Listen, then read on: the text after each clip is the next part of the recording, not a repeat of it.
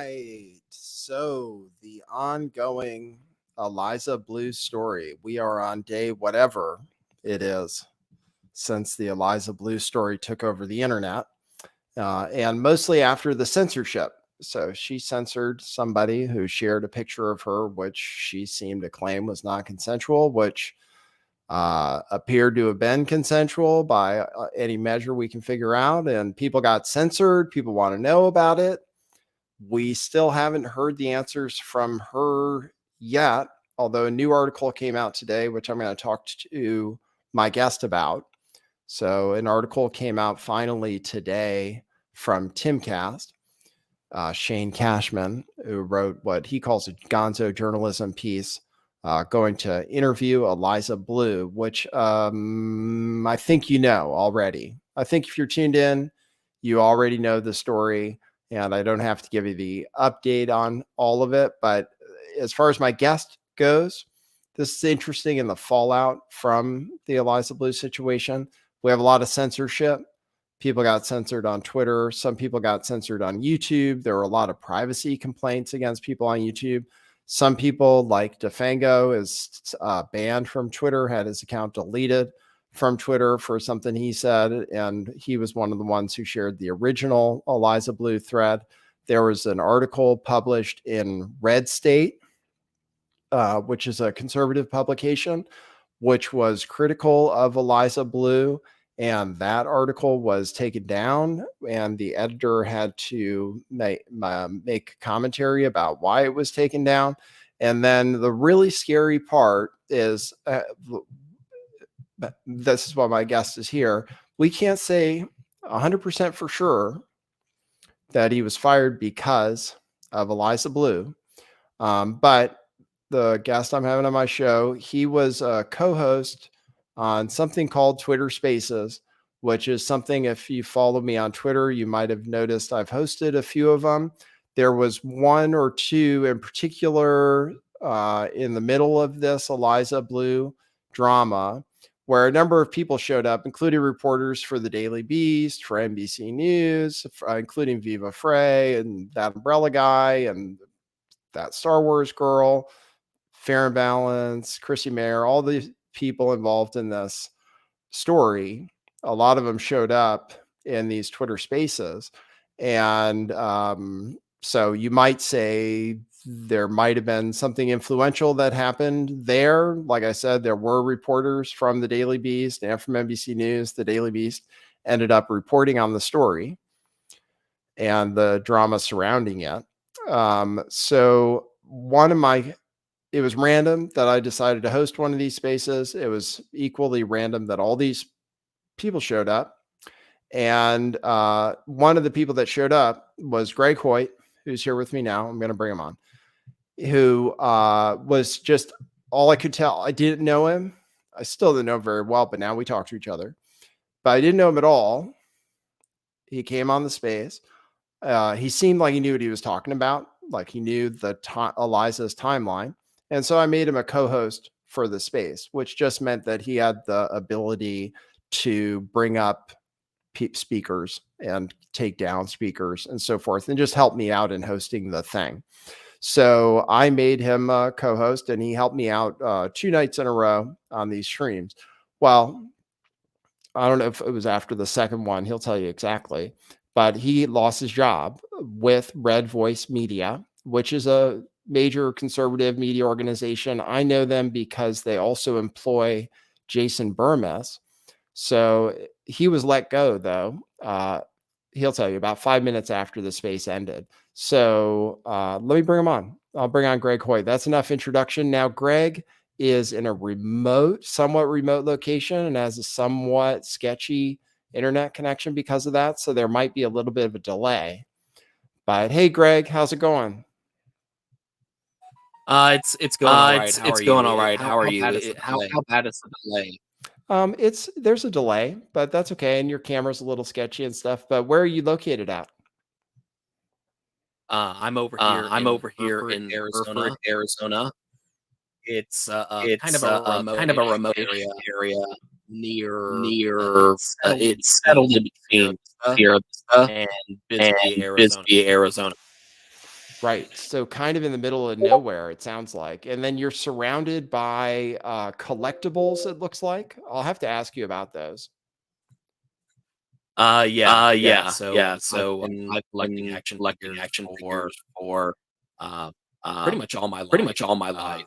Uh, I've got, I've got, I don't know, I don't know, like maybe like 3,000 3,000 action action figures, figures, give or take, spanning spanning from the from mid the mid 1980s up 1980s until until today. today. It's one of those things It's one of where those it's a things where hobby it's a that started hobby that as a started. kid.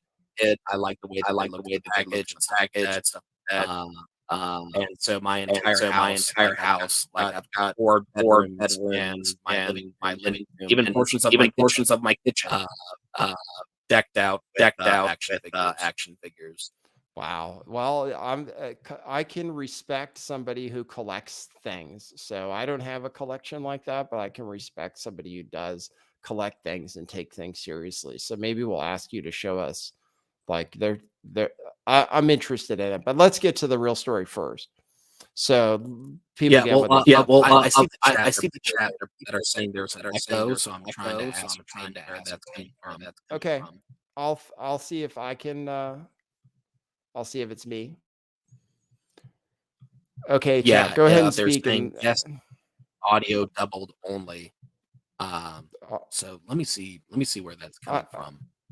I might have fixed Uh, it. It might have been a problem on my end. So we'll see. Well, let's see. all right, is that better? We're gonna see. Frank Richards, everybody says it's fixed. Yeah, I fixed it, I think. I think it was my fault. I have my audio routed Oh, so okay, that great. my the audio comes through, it can come through the machine and then it repeats through my machine. And it might be particularly tough because you have a delay. I'm not sure. So anyway, glad we were able to fix it for everybody. Thanks for calling it out. Yeah, no, raise the So roof anyway, for the folks in the chat. yeah, thanks guys. And so anyway, so let's say, so what happened, man? I mean, I feel a little, I don't want to just say Red Voice Media is terrible and throw them under the bus when they say they let you go for a different reason. But basically, you explain it. You hosted, do you want to go back to, it was interesting how this whole thing developed, right? This Twitter Spaces. How did you end up joining the first one, and like what was that experience like? Yeah, if my memory serves me right, I believe I joined a space. It may have been like on January 28th or January 29th or something like that. But I joined a space, and what I did was I just shared my 2 cents, and it was only because I found the story intriguing. Like when I saw inconsistencies with respect to this gal's story based upon the amalgamation of time that she had appeared on podcasts and had shoveled her story to outlets like the Daily Wire and shared her story with Dr. Drew and all that. I joined a space, and when I heard people espousing basically misinformation on top of misinformation, where people were saying like, "Hey, Eliza said X, Y, and Z." I believe there was a point in time where I cut in and said, "Hey, if we're going to do this, let's do it right." No, she didn't say X, Y, and Z. You're conflating things. And then I set the timeline straight. And on top of that, I did also point out the inconsistency that they were attempting to point out, but I just wanted to make sure it was being presented accurately, considering that there were hundreds of people in the space. And at that time, if my memory serves me right, you kind of like, you know, erected me to a co-host on that space, and that may have been a space on the 28th or the 29th, and that wound up dovetailing into another space the following day. And so that particular space, I think that ran for like 5-6 hours. I mean, that was a long running space. I'm pretty sure you remember that, Nathan. Yeah. The first, they were like, it was about 5.5 hours, and then the next one was about 6 hours. It was kind of crazy, but I hadn't had. It was one of the first spaces I ever really hosted, and I did it just kind of on a whim. I was talking to DeFango, and I said, "Hey, DeFango, you want to do a space?" And then we were like, "Sure," and just started one. And then next thing you know, all these people show up. And so it was just something that started kind of out of nowhere. And then a lot of people, I mean, a lot of people were there, you know, that umbrella guy and that Star Wars girl, like people I didn't even know were kind of famous, were there and were talking. And then people started showing up from the news media, and you could see them in the chat listening. So but yeah, they did go for a long time. Those first 2 nights, it was, one of them was about 6 hours long. So Yeah, and so there was one that transpired, I believe it was the following day, and this is one I mhm. believe it was either on the 30th or 31st. I'd have to double check my calendar to really kind of, uh, remember which day it was, but that's neither here nor there. But on that one on the 31st, which that was one that transpired in like the early afternoon. It was kind of like an afternoon little, ad hoc one, if I'm not mistaken. You kind of threw up the space. You wanted to see if anybody wanted to talk about any of the new developments, so on and so forth. And once again, you put me as a co-host on there, and I found it to be a very productive conversation. It was one where I didn't stay on terribly long. I think I stayed on for the better part of maybe an hour, maybe 90 minutes. And I had noticed, and I'm not going to put this person on Front Street because, once again, I don't want to toss out too much conjecture because operating off a gut feeling. So I don't want anybody put on Front Street that necessarily didn't do anything bad, because there is the aspect of happenstance, circumstance, so on and so forth. But I noticed a coworker who was on the space the evening before, and I noticed a coworker, that same coworker, who was on the space on the afternoon uh, Eliza discussion. Approximately 5 minutes after me leaving the space, that transpired around the 30th or the 31st, the afternoon one.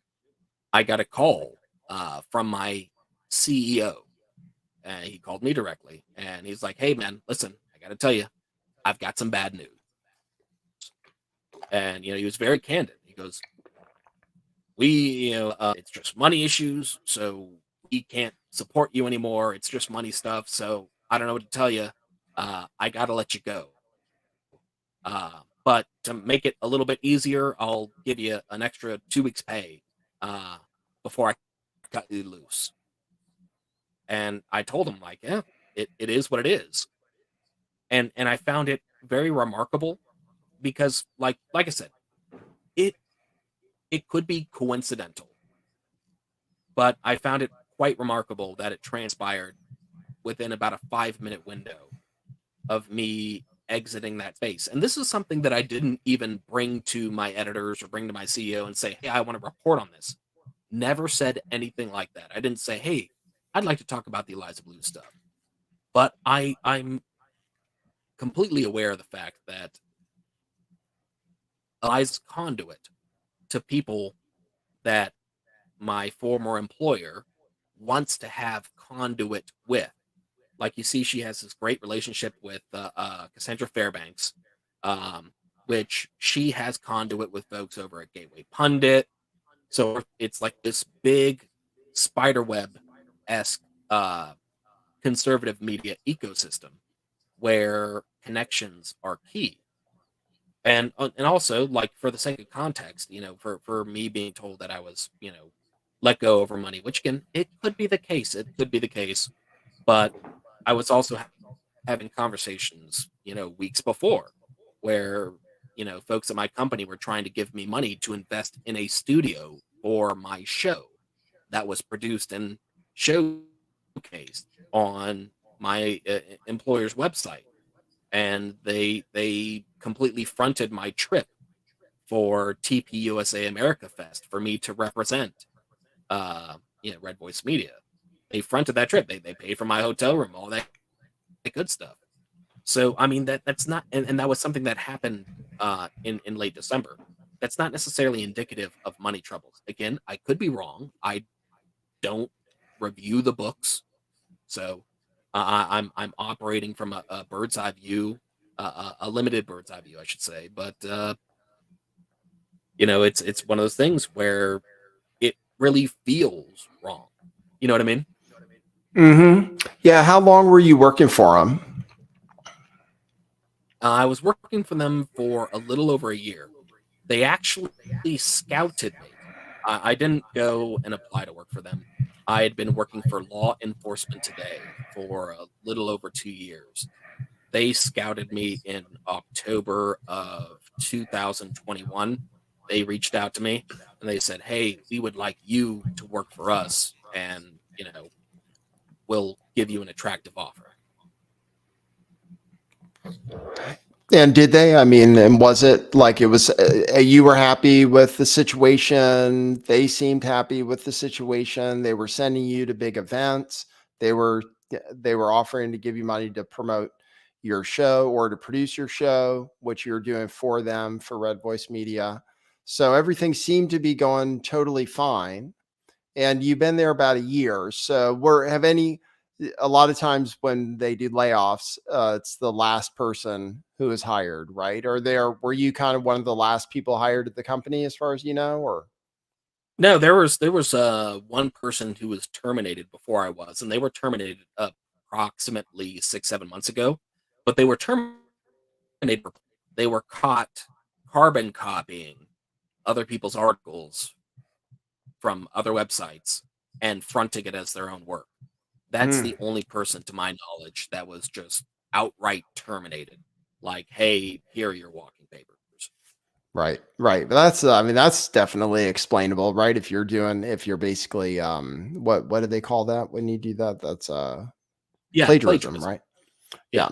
Yeah, you definitely can't do that. And that journalist wants everybody to know they're doing fine because now they can use Chat GBT and nobody knows the difference. So but no, seriously, that is a serious reason to get fired. So it's an interesting story, right? It's like, I know the only thing I know about Red Voice Media is I know that I get emails from Jason Burmis, who works for them, and I know him just because he was a big deal on Rockfin, and so they must have recruited him to work there. And he's I don't have anything negative to say about him, and otherwise, I don't really know Red Voice Media that well. So you speculate then, because of the timing and because it came out of nowhere, that it had something to do with you hosting this space. And then your speculation is that maybe that's just because of, and maybe that's because of the connections within conservative circles that Eliza Bleu. So Eliza Bleu, you speculate, has some kind of force field where Well, people that's don't feel that's not even comfortable talking about her? speculation, Hmm. insofar as the connections that Eliza Blue has. I mean, first and foremost, she's appeared on Timcast twice, and a large portion of that, at least, maybe it stems from her first appearance, which transpired a little over a year ago. Um, but she does have a great rapport with Cassandra Fairbanks, or Cassandra Rules, or whatever she goes by now. Um, it's a great rapport because Cassandra has gone out on the forefront and defended this woman's honor. Like, she did the whole tips fedora thing. You know what I mean? I don't know if you remember that meme.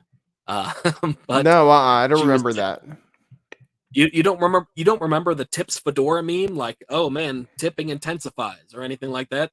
No. Oh, all right, we got to get you up to speed on that. She's white knight.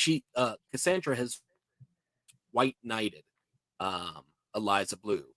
And when any degree of criticism has come against Eliza and cropped up in Cassandra's comment section, she tips the fedora and she's like, no, no, no, no. Eliza's my friend, so on and so forth. All that nonsense. Uh, but Eliza has direct conduit with these people. With Cassandra comes not only Timcast, it's not only Timcast and the people in his ecosphere. It is also Gateway Pundit. You got to remember, she came from Gateway Pundit, and as far as I know, they didn't leave on bad terms. So she has that ecosphere. And with Gateway Pundit comes access to Carrie Lake, because Carrie Lake has Jordan Conradson, a reporter for the Gateway Pundit, who is basically a direct 1099 contractor for Carrie Lake. He runs the media football for her, and he runs the Carrie Lake War Room account. And then that also extends to Steve Bannon. So you can understand how nuclear it is to sever or sully a tie that has this sort of spiderwebbing ecosystem. Yeah, yeah. Well, it I can't even believe it because it's just this person, right, who wanted to be famous, who said that they wanted to be famous, who ended up becoming famous for something where maybe they misrepresented some stuff along the way, and then really got herself in trouble when she decided to start getting people censored. I'm curious. I am curious the ecosystem that's set up to protect her. I know Cassandra Fair. Oh, okay. So she was Cassandra Fairbanks. Now she's Cassandra McDonald, I believe. And she had some kind of issue with her own private photos being leaked, like Yeah, I noticed that in the revenge chat. porn. Shout out to Fortune, because he mentioned that he thinks that they both trauma bonded with the adult stuff, and I think Fortune hit the nail on the head with that. That was a point I brought up, I believe, in the second Eliza Blue space, where Cassandra was showing herself going to bat, like over the top going to bat for Eliza for the legitimate criticisms that were cropping up. Uh, Cassandra was a victim of what the internet collectively called the fappening. Uh, Right. and she had nudes leaked. They wound up going all over the internet, and I mean it's one of those things where it's relatively innocuous, in my opinion. If somebody wanted to do that cam girling stuff or whatever, or if they had a boyfriend or a significant other that took intimate photos,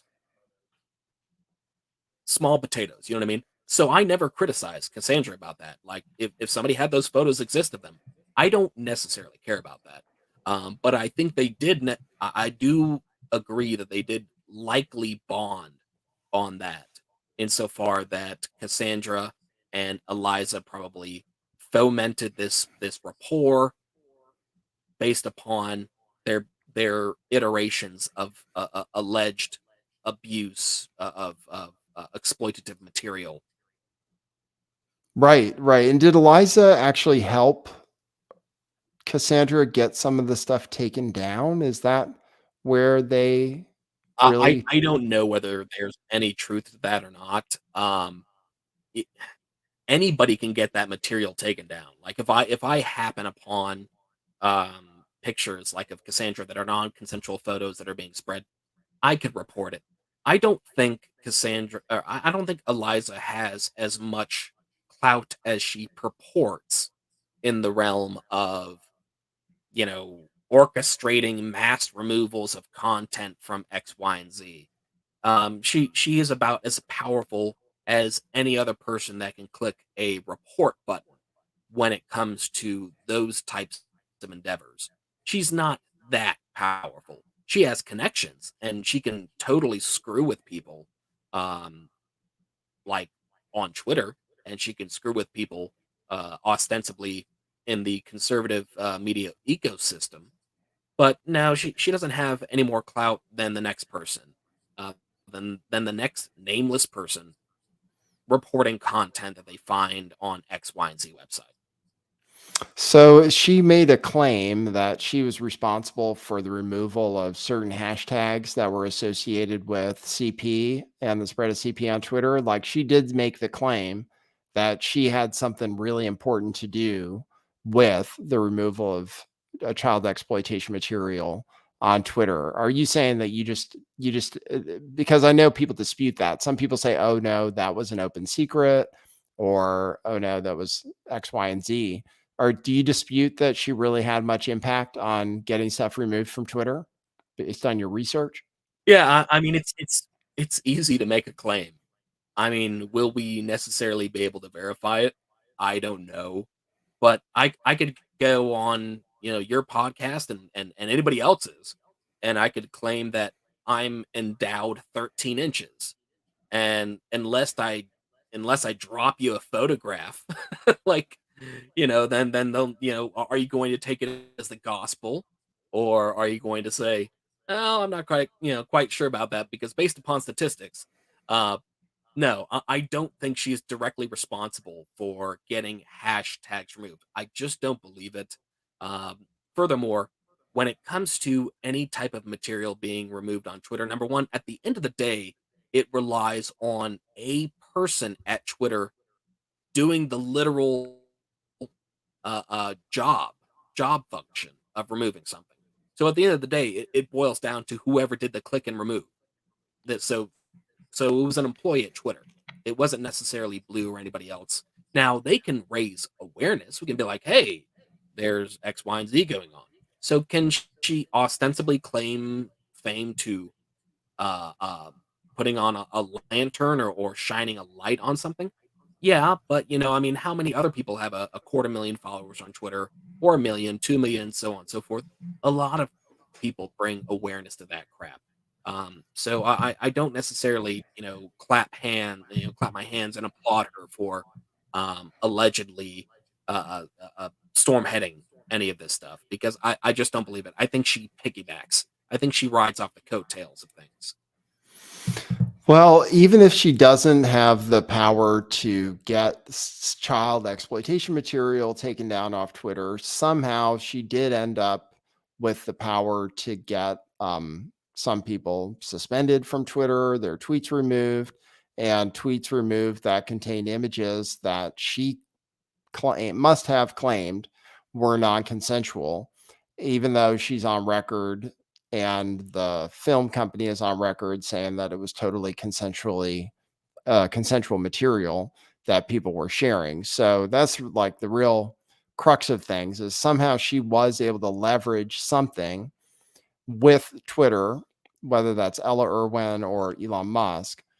But and we're kind of waiting to hear the answer on that. I mean, now we just spent some time. We were just on another Twitter Spaces going over the latest article from Tim Cast and from Shane Cashman talking about what his analysis of Eliza Bleu is. We didn't learn anything. We didn't learn anything new from that article, and we definitely didn't learn anything new about the censorship issue, which is, like, still, people have to remember, the most important issue, I think, particularly because the implications of it, the implications, because the implications are, well, what's fair use? If this can be taken down, what else can be taken down?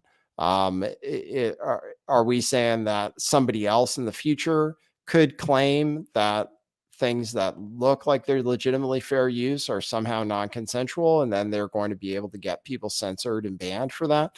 And what are the implications when maybe it's exposing something really serious? Maybe it's exposing someone who committed a crime or exposed someone in some kind of terrible lie, and that person is able to manipulate the system in a way to get that important information taken down. In this case, the information that was taken down, it was barely newsworthy in and of itself. Barely. I mean, really, a lot of people could shrug it off. Even people who are critical of Eliza Bleu, if they saw those pictures from that video, might say, who cares? Like, what's the big deal? She did a video.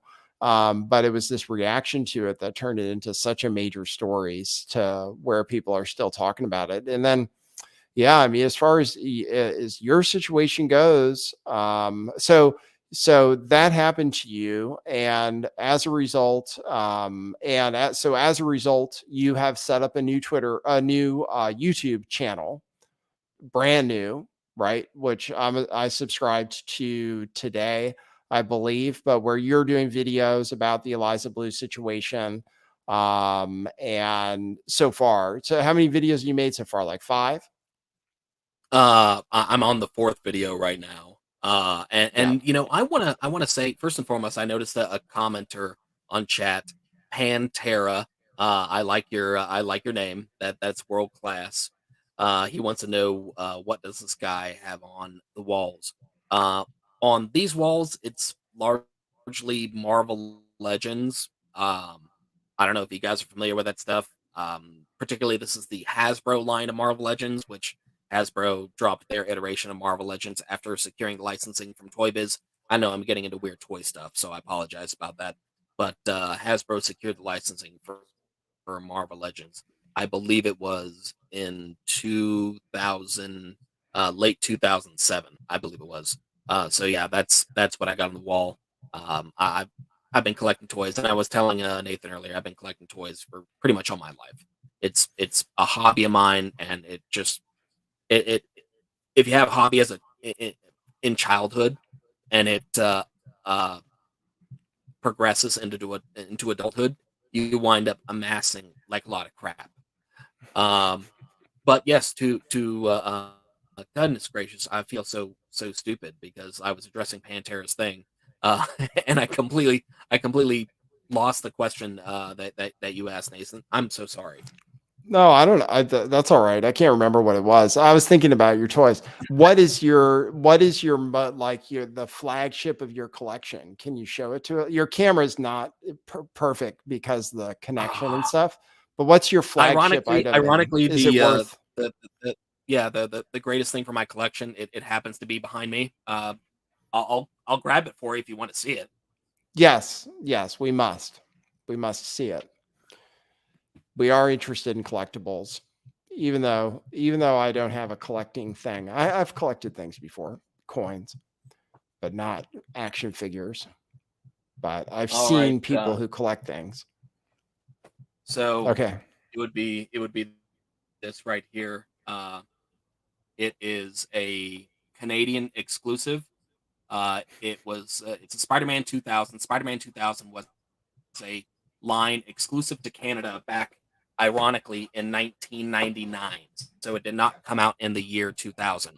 It came out in 1999, exclusive only in Canada.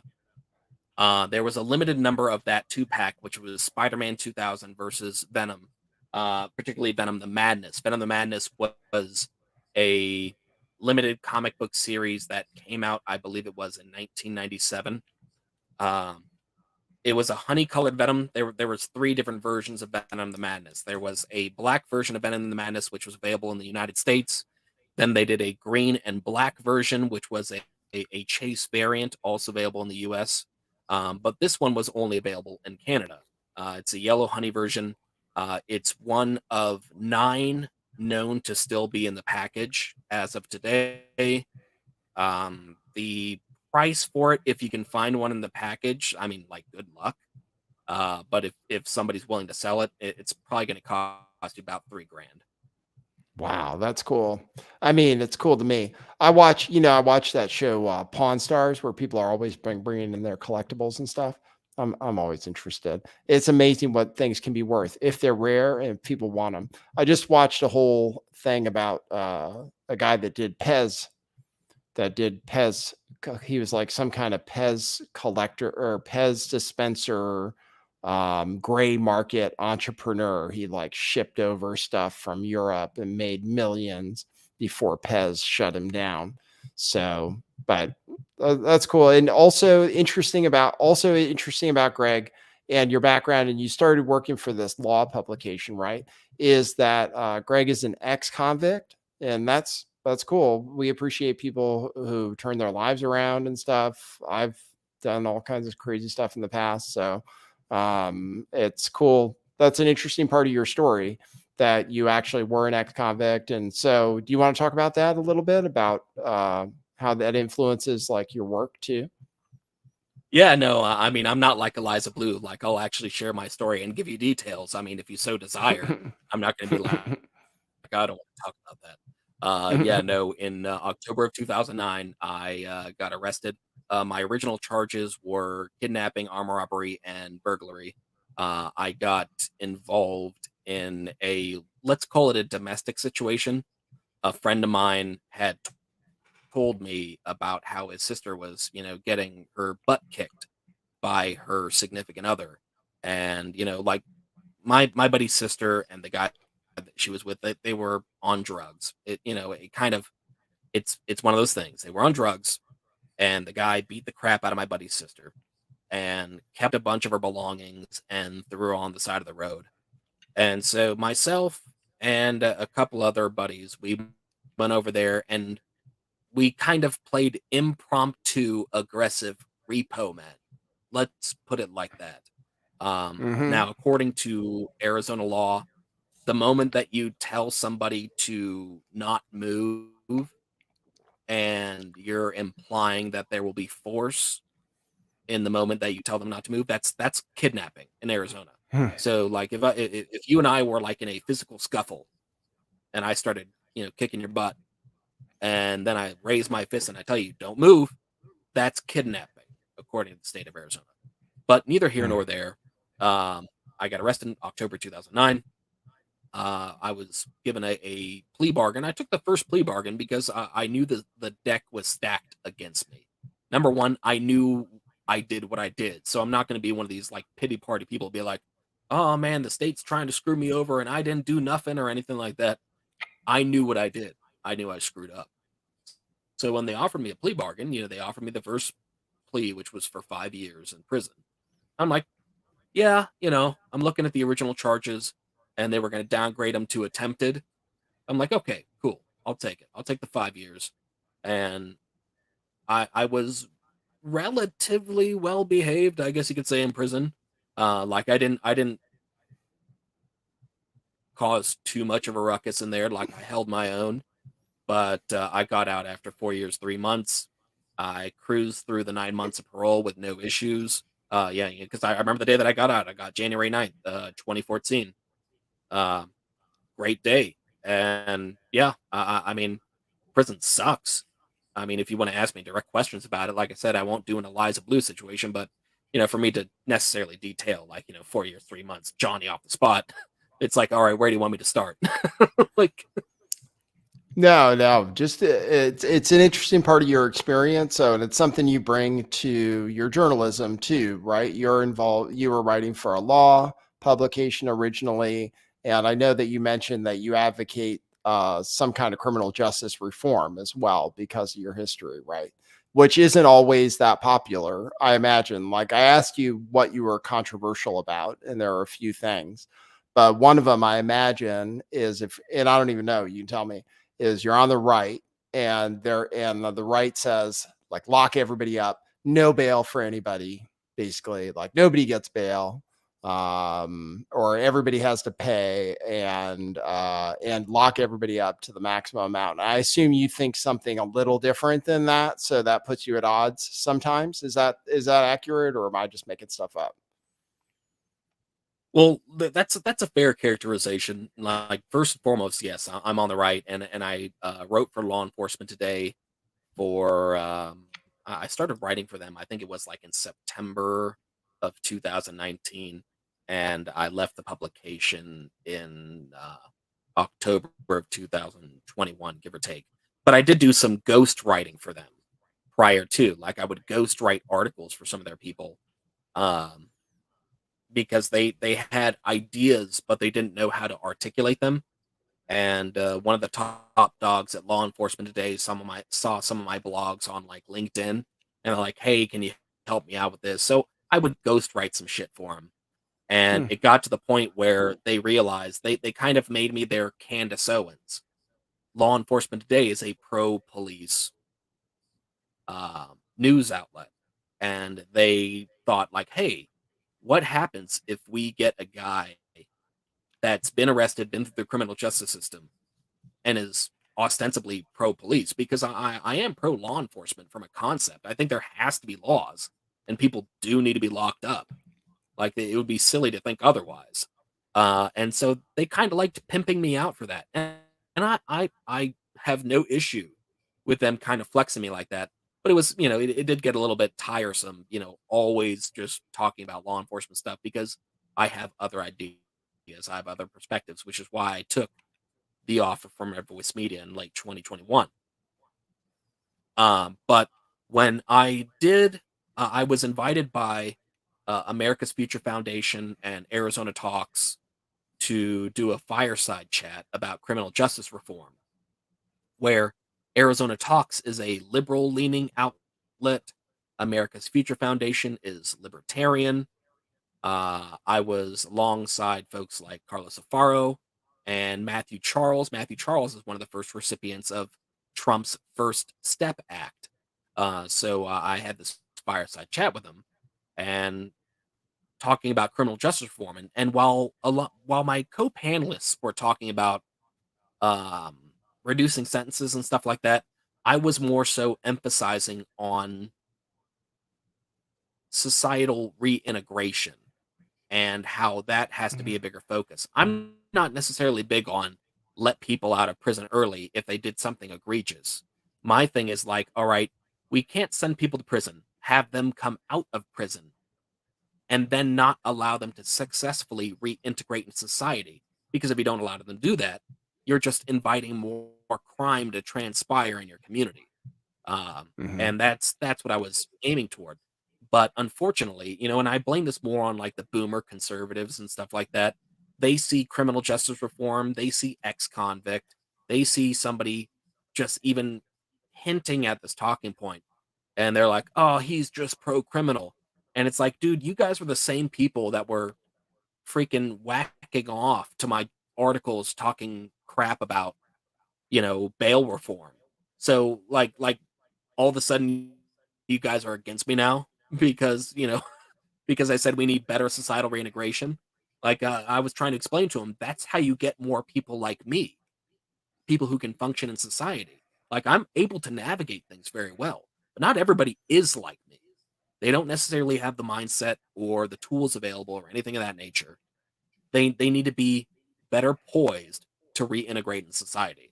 And I got a grip of pushback for talking about criminal justice reform because that was right at the onset of the pandemic. That was back in March of 2020 when that happened. Oh, really? Yeah. Yeah, I can imagine. Yeah, I can imagine that would be, it could be an interesting experience, talking from that side of things and the kind of pushback you might get. But what motivated you? It sounds like you almost got roped into it almost by accident. You were writing blogs and you were writing blog posts on LinkedIn. I mean, what was going on? How did that all start? Yeah, I fell into journalism accidentally. Hmm. Um, Prior to journalism, like I said, as mentioned earlier, I got out of prison January 9, 2014. So to give you like a career trajectory from the day that I got out up until how I landed in journalism in 2019. Um, the day that I got out of prison, obviously I wasn't looking for a job. I was just excited to be home. After like 2 days, I'm like, okay, I got to find a job. So I spent like 2 weeks installing windshields in Phoenix, Arizona. And I was Hmm. completely fine with that. I was okay with it. And then I saw an opportunity to get a job at a call center in Scottsdale, Arizona. And it was at this place called Synergy Solutions, and they were looking for customer service representatives. And they were offering, I think at the time, like I think it was like $10 an hour. And I was Hmm. excited. I'm like, dude, I'm gonna get out, and make $10 an hour. This is world class. Uh, and I had previous experience, like prior to my time in prison. Like I worked at American Express for a little bit. So I had that CSR experience. So I applied for that job. And let me tell you how terrifying it was on my first day of orientation, where there was approximately 60 people in that orientation class. And they told us all to go to different rooms, or they said, if we call your name, go to a different room. And my name was the only one that was called. They're like, all right, you need to go in a different room. And I was the only one. And I'm like, Hmm. are they firing me? Because like I told them during the interview, I'm like, listen, guys, I just got out of prison. I'm just trying to get a job. Like, Right. um, Right. but it turned out that they were giving me a position that I didn't apply for. There Hmm. was an open position for sales, Hmm. Cool. particularly. sales of construction cost data with this client they had called RS Means. I knocked it out of the park over there, top salesman over there. They transitioned me to IT sales and marketing for another portion of Synergy Solutions because I explained to them like, yeah, I've got a IT background. I know a lot of stuff about that. Uh, and after that, I went and worked at this company called Televerde in Phoenix, Arizona. I worked at their corporate office. I served as a client liaison for Midwest Large Enterprise for SAP through Televerde. And then I got onboarded by another company called Change, yes, servicing IBM. Then I got onboarded by another company called Demand Marketing Solutions, where they were servicing a hodgepodge of large IT clients. But unfortunately, in late 2019, uh, Demand Marketing Solutions they went tits up. They went bankrupt out of nowhere. Everybody got their pink slip on the same day. Uh, and so I hit up my buddy Kyle from Law Enforcement Today, and I wasn't asking for a job. I was just telling him about my bad day, and he's like, "Hey man, do you want to work for me? Because we really need a writer, and I've seen your writing." And that's exactly how I got into journalism. It was Wow. a strange series of events of me just telling somebody about my bad day. Wow. Well, it's good. So your experience reintegrating wasn't that bad, but it's not the same for everybody else. I mean, it's something I totally agree with. I mean, the thing about going sending people to prison is ideally you're sending them there so that they're reformed, right? Or it's correctional facility. You're supposed to be corrected to be able to reintegrate with society. And so if they make it really hard to reintegrate, then the only option left is to become a criminal again. And so that's no good for anybody. Is if so, and a lot of people, I mean, drug dealers and stuff, a lot of them are entrepreneurs, right? They had to figure out to sell this for this much, and you get your product for this much. So they have some skills, some of these people. It's just a question of being able to apply them correctly. So yeah, there Well, are. it's not even applying them correctly, and I noticed like somebody T14 in the chat, he mentioned like you have a hard time hiring an ex-prisoner, saying shady stuff like that. And you want to know something? I understand those sentiments. Ironically, if you're hiring an ex-con, the ex-con you hire is going to be 10 times more productive than some schlub on the street that may have a high school education and they have no criminal background. I I can say this from experience. I can say this from all the ex-cons that I know that have been doing well since they got out. Number one, reformed convicts are extremely conservative. All the reformed convicts that I interact with, they're extremely conservative. On top of that, they are extremely productive because they know the value of an opportunity.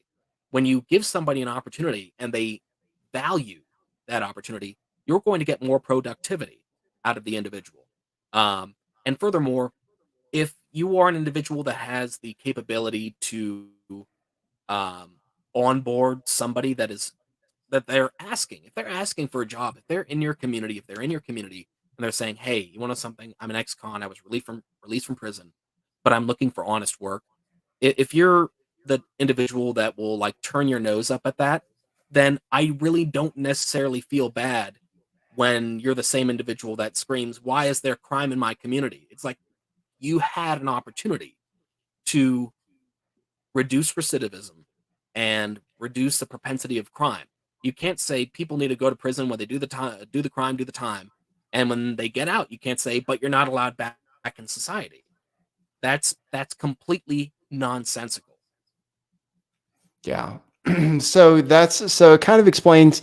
So were you writing about stuff like that on your blog on LinkedIn? Were you writing about criminal justice issues before Law and Order, Law and Yeah, Crime, or there was one blog in particular that really took off on LinkedIn, and I think it was something that I wrote back in 2016, and mm, I think it was like, I'm paraphrasing it, but I believe it was like, 5 reasons to hire an ex-con, and I laid out mm, 5 concrete reasons why hiring an ex-con is a great idea, and I wound up getting this tremendous feedback from people from Fortune 500 companies coming up to me, like, senior vice presidents and stuff like that. They're like, "Man, this is really good." I had clients coming up to me saying, "I'm so glad that I work with you," or "This is why I work with you," so on and so forth. Because I was never shy about it.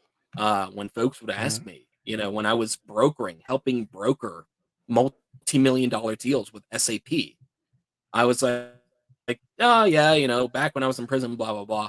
And these folks they were at the onset blindsided because of how nonchalant I was with it, because they assumed that I was just some other suit and tie type of individual, because I was able to communicate with them on a level that mhm, was very straightforward and very concise.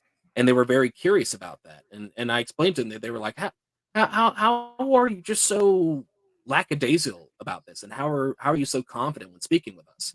And I would tell them, I said, I've had to have conversations with people where my life was on the line in prison. mhm. If I can negotiate a situation where somebody might want to stab me or kill me, and I can navigate away from that situation where my life is on the line, yeah, I can absolutely host a conversation where I'm talking about you spending money with somebody else. Right, right. It does like simplify things. Right.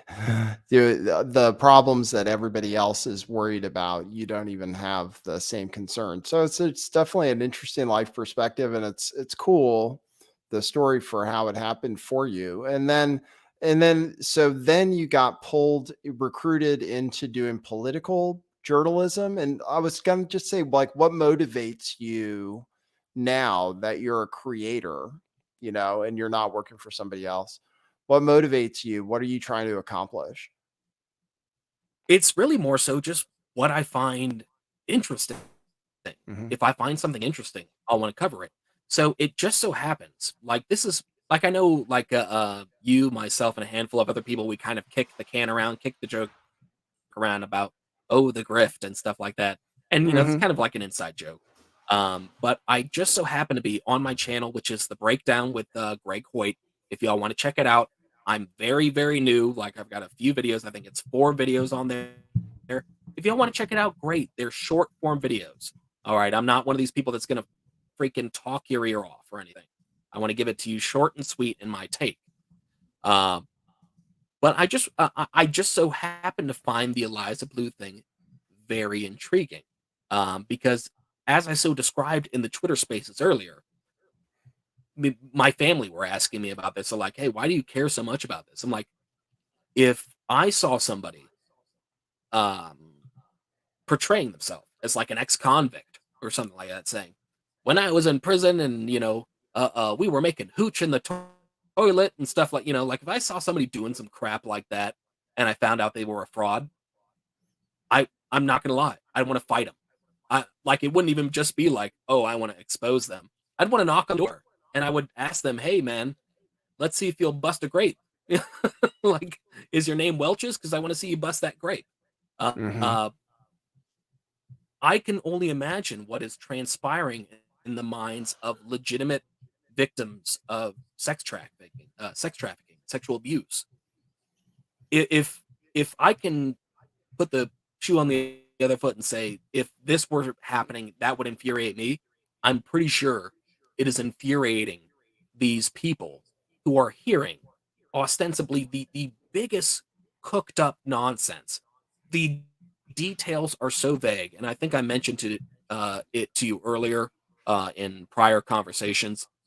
I could do the Eliza Blue grift. I could make up the same story and make it sound just as convincing. And the reason why is because her story, it's not convincing. She had interactions with what? The unnamed photographer, the high profile musician, that athlete, a man in the Hollywood Hills. Like, I could do the same crap. Like for all I know, the people she's referencing, like she could be talking about some random photographer who's a musician. Is it Lionel Richie? Like who is it? Like Right. uh, the details are so vague, and I'm sorry. I just don't believe. I just don't believe the thing that she's presenting. I think she probably had a sketchy past. I think she probably slept on more bathroom floors than she wanted to while doing whatever she was doing, whether she was partying up, hanging out with people, hanging out with sketchy people. But that's not the same thing as being actively sex trafficked. And what, like, why do you?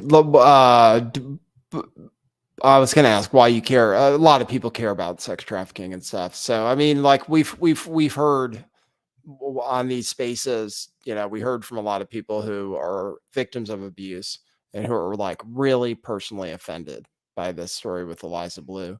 And for them, in fact, the censorship stuff isn't even that important. And it's more that she's misrepresenting what it's actually like to be a victim of something, and also calling things trafficking, which a lot of people just don't agree are trafficking. Things where it was like, oh, prostitution, which we were talking to somebody where prostitution's legal where that person lives. And for people who are genuinely sex workers, some sex workers are genuinely offended by Eliza Bleu because Eliza is trying to recategorize their actual work as trafficking, and that has implications for all kinds of people. So and then reclassifying consensual video work as being non-consensual somehow and being trafficking. So yeah, I see where I get where you're coming from. I was just curious. So do you have a Substack? Are you going to be writing articles in addition to creating video content? I mean, like, what are your plans going forward? Yeah, no, I have a Medium blog, and this is like a Medium blog that Mhm. I've done like collectively maybe 3 or 4 entries over the span of like a year or two. You got to understand, like when I was with Law Enforcement Today, when I was with Red Voice Media, I think I've done maybe about 4,000 articles between the two outlets. So they enveloped a large majority of my time, and particularly Red Voice Media, where they were having me doing the show and stuff like that. Which don't get me wrong, I enjoyed doing the show for them. I enjoy doing that, and that's why I continued the show on YouTube, The Breakdown with Greg Hoyt. I made sure that I retained the intellectual property with that because that was my IP. I brought the IP to them. It was my idea, so that's why I'm able to still run with that name.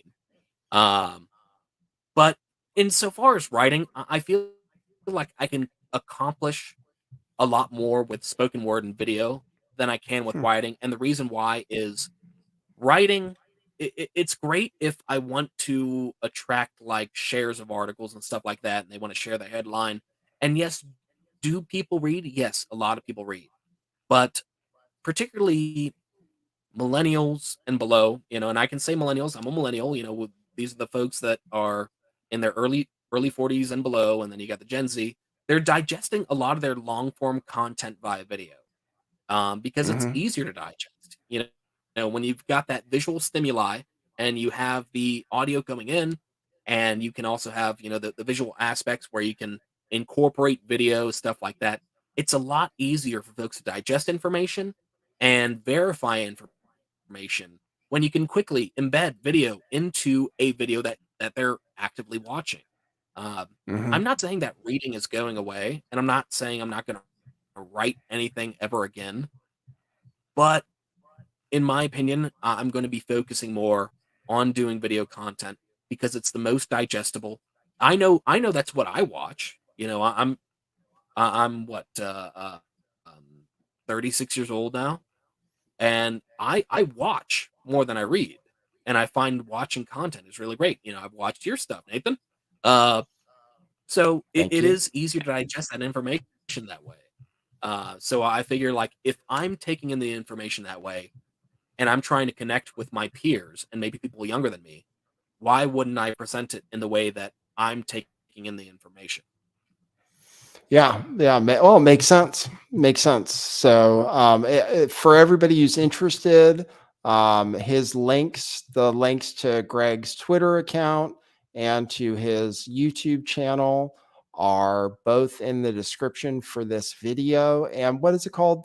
What is it with Greg Hoyt? The situation or the No, no, huh? no, I'm not Wolf Blitzer. Uh, it's the breakdown with Greg Hoyt, and I want to The give a shout breakdown. out to Twisted TB. He asserts, or he or she asserts, that I went to prison for bootlegging Marvel toys. I assure you, I did not. All right, I went to prison for attempted armed robbery, attempted burglary. That is the conviction. All right, and I'm pretty sure there's going to be internet wizards that'll be like, "Oh, I can find this information. Holy crap, he's telling the truth." So that's why I'm so lackadaisical about it. It's like when you tell the truth, you don't have to remember anything. If that makes any sense, like Yeah. that's why Eliza Blue is tripping up on all her stuff, is because she's making up crap on the fly. And Yeah. if you're telling the truth, you'll never have to remember a thing. And what do you think about the idea that speaking, it's interesting you say that about written content versus video content, especially in light of this article that came out, because the way that Tim Pool decided to approach the I was going to say Amber Heard, the Eliza Blue situation, is by not talking about it at all on his show and by saying, "Oh, we're going to have Shane Cashman handle it." And I'm looking on their website, it's not even the chop it under popular articles, it barely even comes up. So, like, I don't know if anybody's reading it. What do you think of the idea that they're almost like burying the story by putting it out in print rather than just doing an interview? Like, couldn't they have just done an interview where they asked her hard questions and had her answer? I mean, wouldn't that have been the modern way? I mean, I'm reading the article and I'm thinking, why am I not seeing her answer these questions? Why can't I see her Well, you you squirm, you know? you, you hit the nail on the head. All right, number one, doing something via video, whether they wanted to bring her out there, like to do the whole in person thing, or if they wanted to do something impromptu via like a web feed, that would have been 10 times cheaper and 10 times easier to produce and put forth, and it would have gotten ostensibly 100 times worth of attention than print media. Let's face it. Nathan, when's the last time you read a Tim Cast article? Tell me. Yeah, I mean, literally never. Literally, never. Literally. I had to Nobody look reads at Tim like, I Cast had to articles. yeah, I mean, I know that Cassandra came over as editor, I think, right, for the print version of the but She came on as editor, but she's also a guest booker. So she's dual role. right, If her role was only editor at Timcast, she wouldn't have a job anymore because the print aspect of Timcast is a lot like a lot of other print elements associated with a lot of like media based personalities. Like let's say Don Lemon had a website from CNN. Everybody knows Don Lemon. People see his clips. They might share his clips. They might follow him on Twitter. If Don Lemon wrote an article on his website, Don Lemon Cast, nobody would read that shit. Like they right, wouldn't, because they would right, look for his hot take on video, on CNN, stuff like that. That's the same thing with Tim. It was very intentional that it was put in print because number one, it would be a blip on the radar as opposed to something registering on the Richter scale of right, conservative politics. Because if they put her on video, she would be in the hot seat, and she right. sucks at the hot seat. Right. Yeah. Yeah. I know nobody's going to read this article. I mean, it's very long. Nothing happens in it. But it's just a long article. People just don't read long articles these days, especially the kind of people that watch Tim Pool and especially for the way people have been consuming information about Eliza Bleu this whole time, which is they've been consuming a bunch of YouTube videos, basically. So yeah, we talked about it a lot. Make sure to follow us. You mentioned the grift. I forgot to grift the show, which is tragic. I put a link in the chat for everybody. For you can support this grift at buymeacoffee.com/lifttheveil. You can become a member for only $7 a month, and if you do that and email me, I'll send you a code for a free t-shirt. So you have to pay shipping, but if you want to sign up for that, or you can just leave a coffee and I'll read it on the show and everything. So I think people right now might be watching Timcast. I'm getting reports from people saying that it's going badly on Timcast for him right now, that he's getting a lot of grief. So I'm interested in what's Hey, going on with him. can we give some love to Elvis? He says, Yes. hopefully the super chat is grammatically good enough for you. Thanks, Elvis. I may have given him trouble before. It's possible because I am a bit of a grammar Nazi, so I can correct people sometimes. Thank you, Elvis. Hopefully this super chat is grammatically good enough for you. Maybe it might be, but it is good to give super chats. That's a sacrifice to the YouTube gods, because that helps them know that this is the real kind of content that people like to pay money for, which is what YouTube loves. So anyway, I don't want to drag this too long. We've talked a lot about Eliza Bleu, but I really wanted to get your background and stuff. I wanted to get this story out there. I think you're cool. I'm glad we've had a chance to talk. And then make sure you're following us on Twitter. Make sure you're following Greg's YouTube channel. Subscribe to it. And, and we'll stay in touch. We'll keep talking about stuff. I think we did. Was there anything else you wanted to bring up while you're here? Well, Griftcast IRL. Apparently, yeah. Somebody's saying respect the grift. Tell Greg I want. That's Defango. That's Defango. He changed the name of his show to Griftcast IRL. Oh, Defango, dude. That guy's so cool. He's cool as all get out. I will absolutely go on his show. And I'll tell you what, in case anybody was curious, I'm not going to have it out this week. Like, I just uploaded a video today regarding my take on the Cashman article, because I thought that was straight doo-doo. Like, I haven't seen that much, doo-doo in my hand since the toilet paper broke. All right. That was hot garbage. But that being said, I am going to be doing a video or uploading a video. I'm still working on it. I'm still editing it. It's still a little bit, to appropriate Eliza's terms, it's a little bit traumatic. The video that I'm uploading, it's where I broke my finger. That's why I have that. It was really bad, and it actually happened staying at a purportedly haunted hotel in Bisbee, Arizona. It was so bad because I didn't even know I broke the finger the first time. Like, I suffered what's known as a traumatic avulsion of the fingernail plate, which that's a very nice way of saying my fingernail got ripped out from the base. The look on your face, yeah, it didn't feel good, and I powered through it. Because I booked the hotel for like 2 days, and so I literally wrapped it up with gauze and just went about my 2 days at the hotel. I'm like, fuck it, I'm already here.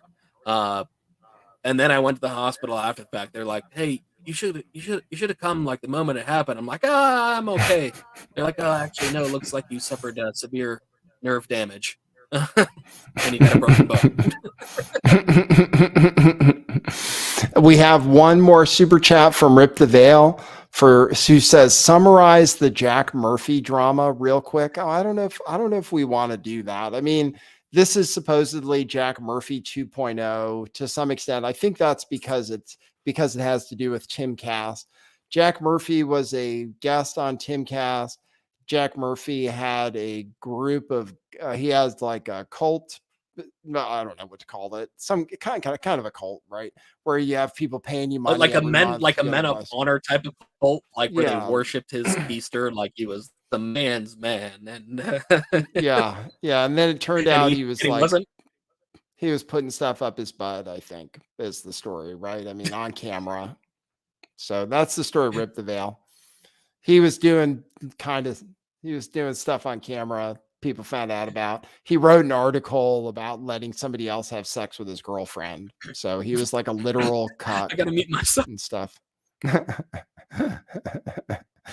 Yeah, the Jack Murphy story was pretty funny. I didn't even cover it. I stay away from the drama. We don't even do that much drama on this channel. So I wasn't even going after the Eliza Blue situation that hard, but ended up kind of getting roped into it because I knew Defango and stuff. So, and I'm interested in stories like this. I'm interested in people who people don't find credible. So, anyway, it's been cool, Well, man. I'm Been curious to know, do people find me credible? I don't know, chat, do you find me credible people or find you not? Am I credible. a grifter? Well, I don't know. It's hard to say. It's hard to you haven't grifted yet. You haven't grifted yet. Somebody is wondering if there's a connection between being an ex-con and being into toys. That there's somebody from Nerdrotic who's also an ex-con and has a bunch of toys on his wall also. So Yeah, no, I have no idea. I remember when I was, like, doing my time in prison, um, one of the first things that I got sent in, like, I wound up, getting some subscriptions to Marvel Comics because I wanted to I wanted to get the comic books and stuff like that. And also it was, like, good for me because, like, I used to like drawing when I was a kid, and while I was in there, I learned how to tattoo, so it was good having, like, the comic book artwork as a reference and stuff like that for when I was tattooing on people. Um, but people were really intrigued, yeah, because there wasn't any action figure collectors that I met in prison. There was only one other guy, one single person that I met that had comic books sent in. Um, it was this Puerto Rican fellow. He went by the name New York when I was on the yard with him. And he was a lifer. Like he had already been in for like 18, 19 years. And when I hit the yard and he saw that I was getting, at the time, I was getting like issues of Dark Wolverine and Incredible Hulk sent in. He was getting X-Men issues sent in, and he thought it was dope as shit that there was another guy getting comic books in, and so we would swap books and stuff like that when they were coming. But he was the only guy that I knew, and he was cool. He was cool as all get out. And by the way, if you're ever in prison, it's always good to have like a lifer on your side, yes, because yeah, they can help you handle the business. yes, I can imagine. I can imagine why. Yes, hopefully I never end up there. I don't know how I do. So, Most all people right, don't man. fare well. Yeah, I wouldn't want to do it. I wouldn't want to do it. Well, cool. Really great having you on. Glad people got an introduction to you. The connection was okay. You're a little, if you're going to be able to join people in the future, we got to get you like a better internet connection so we can get a nice clear picture of you and all that stuff. But yeah, your videos, I watched some of your videos. You don't look like that in your videos. They're all uploaded, so you're all clear and everything. So it's all good. Anyway, great having you on. Great having you on. Yeah, And make sure you subscribe to Greg's channel. And we'll probably be in touch. I might be doing more Twitter Spaces in the future, so you guys might see him on there too. So thanks for people who supported the show with the grift. Thanks over on Rockfin. I'll give a shout out real quick to Vogan Filter. Really appreciate the tip over on Rockfin. And I can check to see. I don't want to disrespect the grift, just in case anybody dropped any coffees today. Rip the Veil said awesome show today. Good. Someone else did. Okay, I think that's everything. So, all right, man. Well, great having you on, and I'll keep talking to you, and we'll keep the conversation going. All right. yeah. No, thank you again. Thank you again, Nathan, for bringing me on. Thank you for boosting my profile.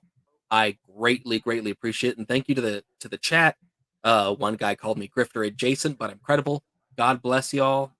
That's world class. And Griftcast, Nathan, if you will, because you have better conduit with Manuel, uh, help facilitate a means for us to get in cahoots. Yes, I'll do that.